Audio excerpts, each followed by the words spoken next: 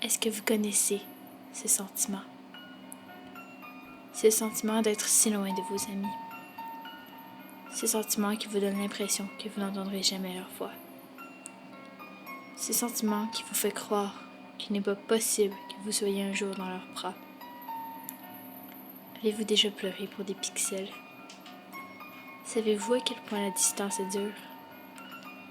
La plupart des gens trouvent ça horrible de ne pas se voir tous les jours.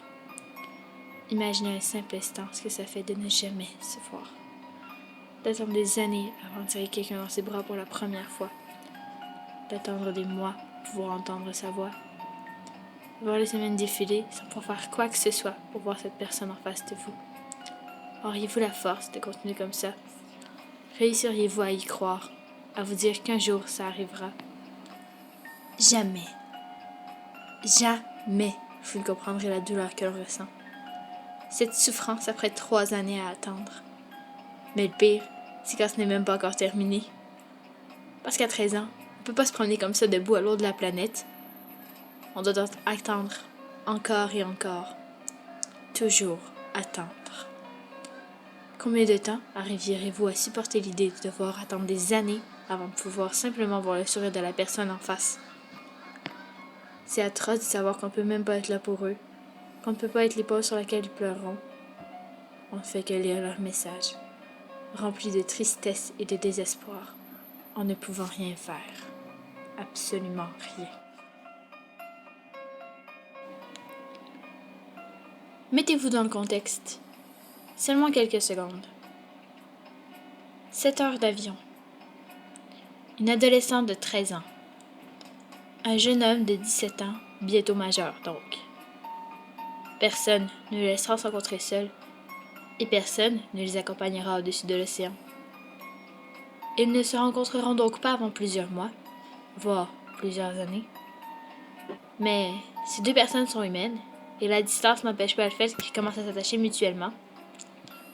Alors, les jours passent, ils parlent de plus en plus, ils s'attachent et ils ne peuvent pas entendre le rire de l'autre.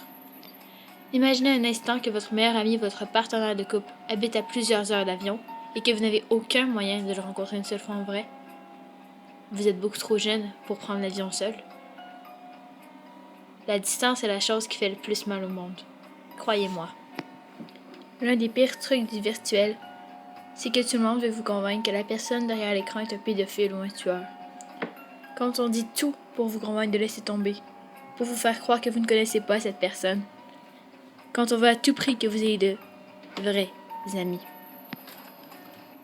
Mais on continue de rencontrer de nouvelles personnes, de créer de nouveaux liens. Parce que ces personnes connaissent notre souffrance. Ils nous comprennent. Et moi, je ne cesserai jamais de m'attacher. Car les rencontres qui suivent sont toujours les plus belles. Marianne, on a réussi.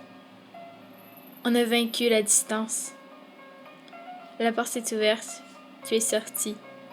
Tu as couru dans mes bras et tu étais magnifique.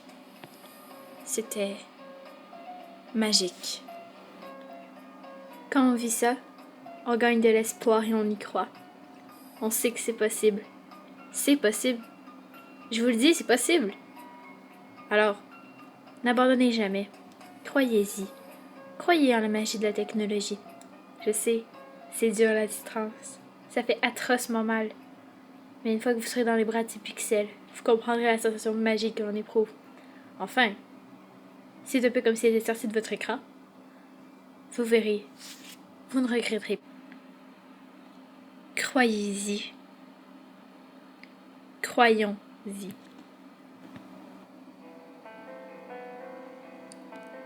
Alexandra. Derek. Ivan. Maggie. Amelia. Lisa. Océane. Shania.